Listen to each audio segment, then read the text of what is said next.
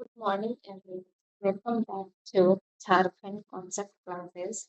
तो चलिए उत्पाद सिपाही के आज हम लोग जो कहानी लिखे हैं स्वयं प्रकाश के बारे में पढ़ते हैं, जो कि एग्जाम के लिए बहुत ही जरूरी है। तो चलिए कुछ हम लोग उनके बारे में पढ़ते हैं। तो स्वयं प्रकाश है, उनकी जन्म हुई है 1947 में इंदौर में।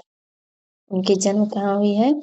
1947 इंदौर में। माफ कीजिएगा फ्रेंड्स, थोड़ी सी मेरी पेन पे भी राइटिंग नहीं बनी है, जिसके कारण मैं अच्छे से लिख नहीं पा रही हूँ, बट समझाने में कोई कमी नहीं होगी। तो क्लास में बने रहिए। इंदौर में भी कहाँ पे? इंदौर तो सबको जानते हैं, लेकिन इंदौर है कहाँ? तो इंदौर कहाँ है? एमपी, मध्य प्रदेश में। और ये अभी वहीं पे रह के और कहानी ये सब लिख रहे हैं।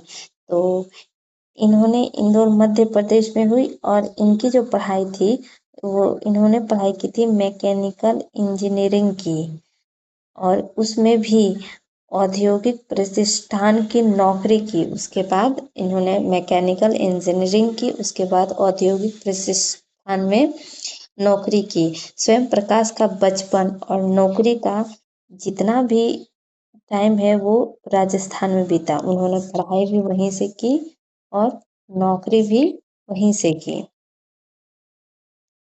इसके बाद जो स्वयं प्रकाश है वो रिटायरमेंट हुए, फिर वहीं भोपाल में ही रह के इन्होंने वसुधा पत्रिका का संपादन किया। कौन सी पत्रिका है दोस्त? वसुधा।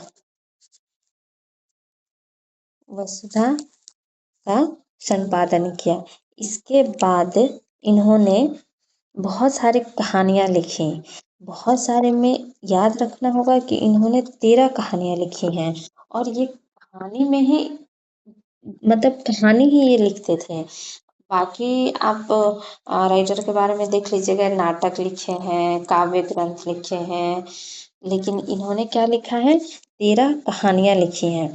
13 कहानियां में जो कुछ है, जिसमें है सूरज कब निकलेगा, आएंगे अच्छे दिन भी, आदमी जात का आदमी, और संधान। संधान उल्लेखनीय है।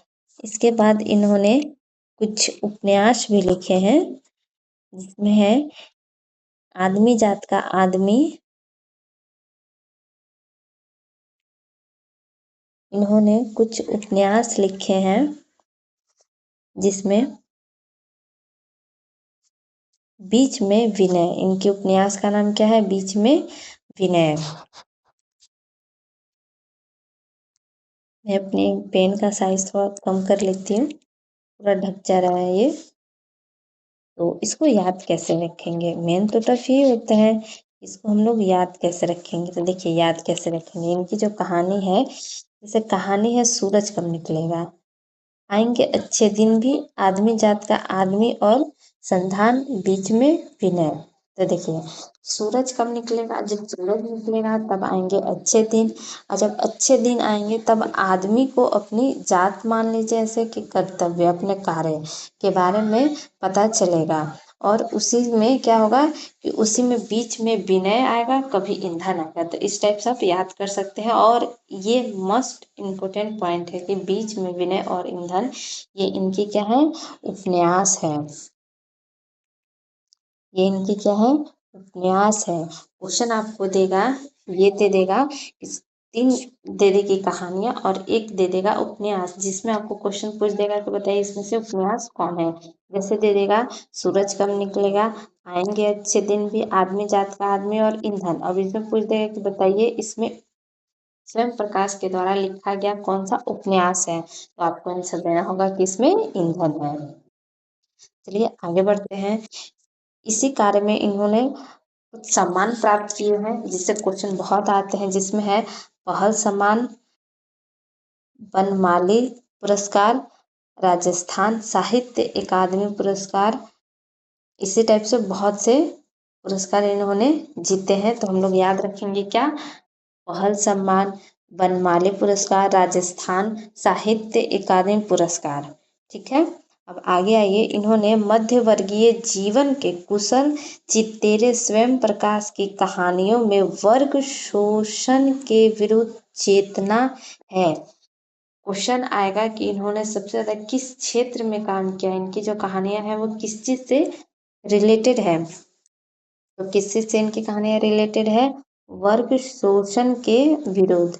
तो वर्ग शोषण के विरुद्ध चेतना है तो हमारे सामाजिक जीवन में जाति, संप्रदाय और लिंग के आधार पर हो रहे भेदभाव के खिलाफ प्रतिकार का स्वर भी है। रोचक किस्सा गोई शैली में लिखी गई उनकी कहानियों हिंदी की वाचिक परंपराओं को समृद्ध करती है।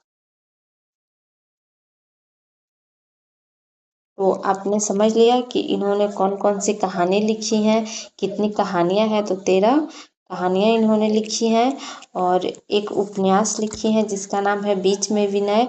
और कहानियों में है सूरज कब निकलेगा, आएंगे अच्छे दिन भी, आदमी जात का आदमी और संस्थान। और इनका जन्म 1947 इंदौर में हुआ। इंदौर मीन्स मध्य प्रदेश। ठीक है, इतना आप लोग को याद रखना है। ये एग्जाम के प्रैक्टिस पे बहुत ज़्यादा जरूरी है। Okay, thank you. फिर मिलते हैं ऐसी छोटी छोटी वीडियो में, मेरे साथ बने रहिए। Thank you.